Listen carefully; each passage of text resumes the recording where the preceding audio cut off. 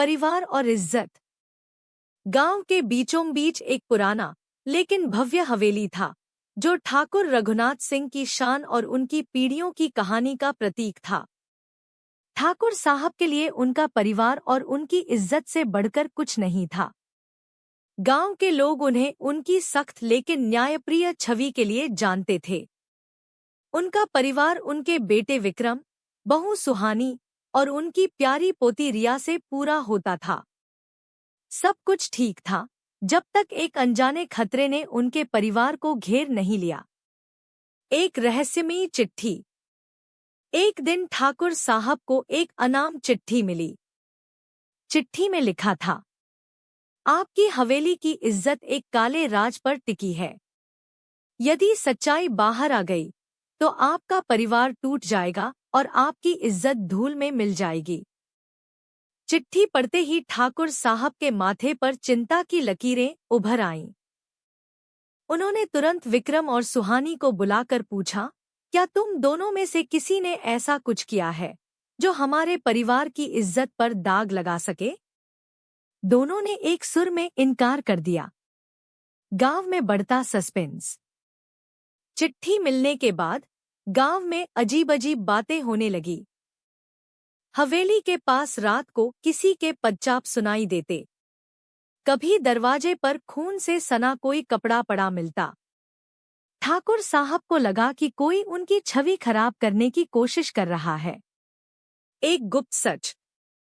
कुछ ही दिनों बाद ठाकुर साहब के पुराने दोस्त और वकील रमेश चौधरी गांव आए। उन्होंने हवेली के पुराने दस्तावेज ठाकुर साहब के सामने रखे और कहा, रघुनाथ, तुम्हारे दादा ने यह हवेली किसी और की जमीन पर बनाई थी। उन्होंने मालिक से जमीन धोखे से छीन ली थी। यह सुनते ही ठाकुर साहब के पैरों तले जमीन खिसक गई। लेकिन यह बात गांव में किसी को कैसे पता चली? असली दुश्मन का पर्दाफाश। ठाकुर साहब ने रमेश चौधरी से पूछा, कौन है जो हमें ब्लैकमेल कर रहा है? रमेश ने बताया, यह तुम्हारे हवेली के पुराने सेवक रामलाल का बेटा है। तुम्हारे दादा ने रामलाल को इस सच्चाई को दबाने के लिए नौकरी से निकाल दिया था। अब उसका बेटा बदला लेने के लिए वापस आया है। इज्जत बचाने की लड़ाई। ठाकुर साहब ने फैसला किया कि वह अपने परिवार और इज्जत के लिए इस चुनौती का सामना करेंगे। उन्होंने गांव की पंचायत बुलाकर सबको सच्चाई बताई। मैं मानता हूं कि मेरे पूर्वजों ने गलती की थी, लेकिन मैं इस गलती को सुधारने के लिए तैयार हूं। जिस जमीन पर यह हवेली खड़ी है, वह अब रामलाल के बेटे की होगी। ठाकुर साहब के इस फैसले से गांव के लोग उनकी ईमानदारी के कायल हो गए। रामलाल का बेटा भी उनकी यह दरियादिली देखकर पिघल गया और कहा, मैं जमीन नहीं लूंगा। यह आपकी इज्जत की निशानी है। मैं सिर्फ न्याय चाहता था, जो आपने दिया। अंतिम मोड़। ठाकुर साहब की सच्चाई और ईमानदारी ने परिवार और इज्जत दोनों को बचा लिया। यह घटना उनके परिवार के लिए एक सीख बन गई कि सच्चाई और इंसाफ से बढ़कर कुछ नहीं होता। इज्जत खून से नहीं, कर्मों से बनती है।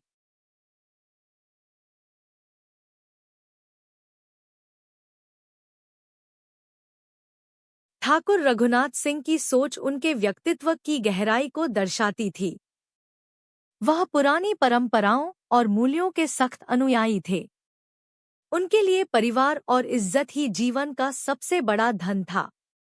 उन्होंने हमेशा यह सिखाया था कि इज्जत कमाने में पीढ़ियां लग जाती हैं, लेकिन उसे गंवाने में एक पल भी नहीं।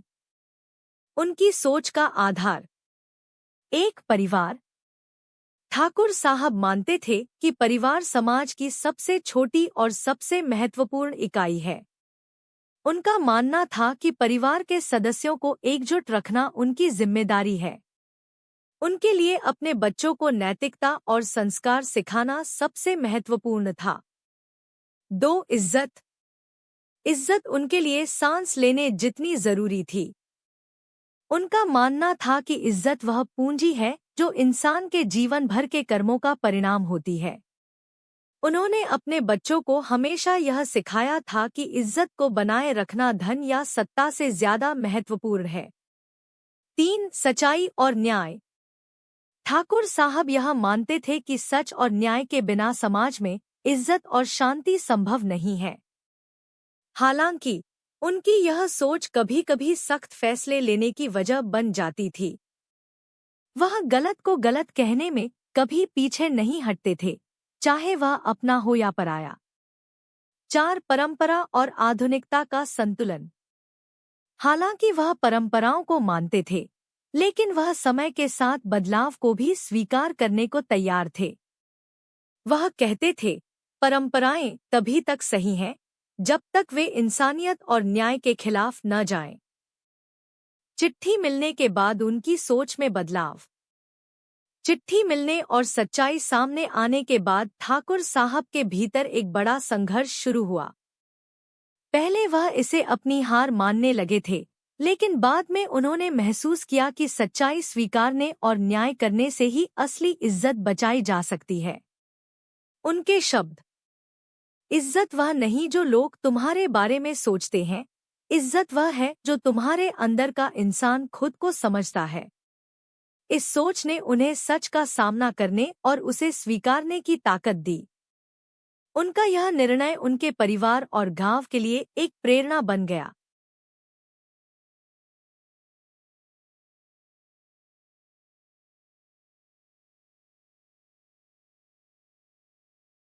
अगर ठाकुर साहब को चिट्ठी नहीं मिलती, तो कहानी का घटनाक्रम और परिणाम पूरी तरह से अलग होता। चिट्ठी ने उन्हें उनके परिवार और पूर्वजों की सच्चाई से परिचित कराया, लेकिन चिट्ठी के बिना यह रहस्य शायद कभी सामने नहीं आता। ठाकुर साहब की जिंदगी बिना चिट्ठी के एक रहस्य दफन रहता।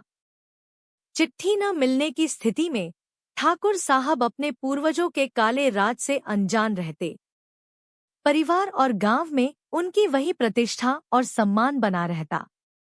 वह अपने आदर्शों और परंपराओं को निभाते हुए जीवन जीते रहते। 2. परिवार की इज्जत कायम रहती। चूंकि चिट्ठी और उससे जुड़ी घटनाएं कभी नहीं होती, इसलिए परिवार की इज्जत पर कभी कोई सवाल नहीं उठता। विक्रम, सुहानी और रिया भी सामान्य जीवन जीते रहते और हवेली का गौरव बरकरार रहता। 3. रामलाल का बेटा। यदि चिट्ठी नहीं मिलती, तो रामलाल का बेटा अपने पिता के साथ हुए अन्याय को भूलने की कोशिश करता या शायद खुद ही बदले की योजना बनाता। लेकिन ठाकुर साहब के सामने सीधे खड़ा होने का साहस शायद नहीं जुटा पाता। 4. ठाकुर साहब की सोच अपरिवर्तित रहती। ठाकुर साहब की सोच जस की तस रहती। वह अपने पूर्वजों की हर बात को सही मानते रहते और अपनी जिम्मेदारियों को वैसे ही निभाते। सच्चाई का सामना न होने से उनके जीवन में आत्ममंथन और बदलाव की गुंजाइश ही न होती। लेकिन क्या होता अगर बिना चिट्ठी के भी अगर रामलाल का बेटा किसी और तरीके से सच उजागर करता, तो स्थिति और जटिल हो जाती। उस समय ठाकुर साहब को सीधे गांव वालों के सवालों का सामना करना पड़ता। परिवार और इज्जत बचाने की लड़ाई और कठिन हो जाती। बिना तैयारी के सच को स्वीकारना उनके लिए और भी चुनौतीपूर्ण होता। कहानी का संदेश, चिट्ठी हो या न हो, सच एक दिन सामने आता ही है। फर्क सिर्फ इतना है कि आप उसे कैसे स्वीकारते हैं। चिट्ठी मिलने से ठाकुर साहब को आत्ममंथन का समय मिला, लेकिन बिना चिट्ठी के शायद सच का सामना और ज्यादा कठोर होता। सच दबाया जा सकता है, लेकिन मिटाया नहीं जा सकता।